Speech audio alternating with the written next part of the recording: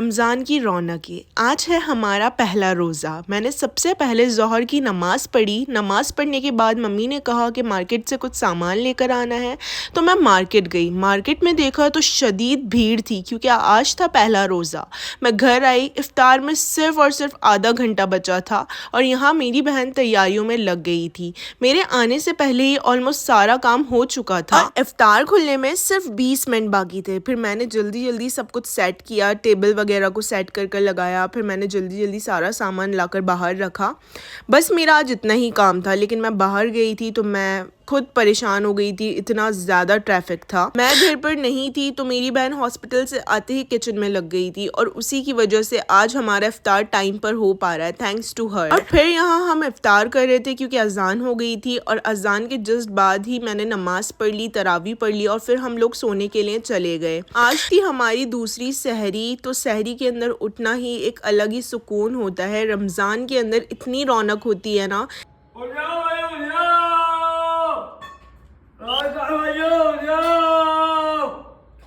और ये अंकल हमें हर रमज़ान के अंदर सहरी में उठाने आते हैं और मैंने एक भी सहरी ऐसी नहीं देखी कि जिसमें ये अंकल नहीं आए हों।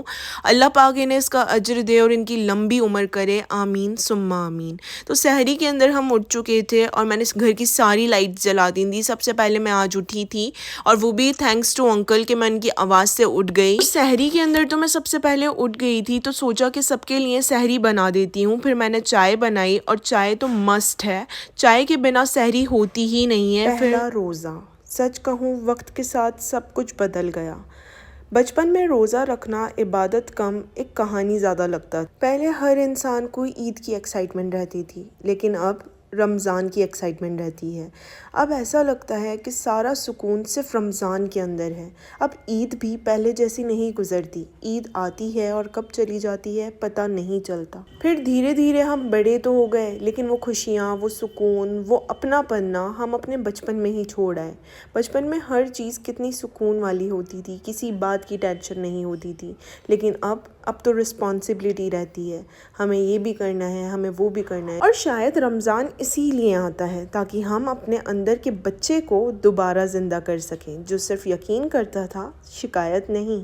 अगर आज तुम्हारा भी पहला रोज़ा है तो बस इतना याद रखना, भूख टेम्पररी है मगर अल्लाह का सुकून परमानेंट। खैर मेरी सहरी तो हो चुकी है। आप लोगों की सहरी और रोज़े कैसे जा रहे हैं मुझे कमेंट कर लाजमी बताइएगा। अभी तक फजर की अजान नहीं हुई थी। मैंने वज़ू कर कुरान की तिलावत की। कुरान पढ़ने के बाद मैंने नमाज अदा की। चलें आप लोगों से नेक्स्ट व्लॉग में मिलती हूँ, तब तक अपना ख्याल रखिएगा। अल्लाह हाफिज़।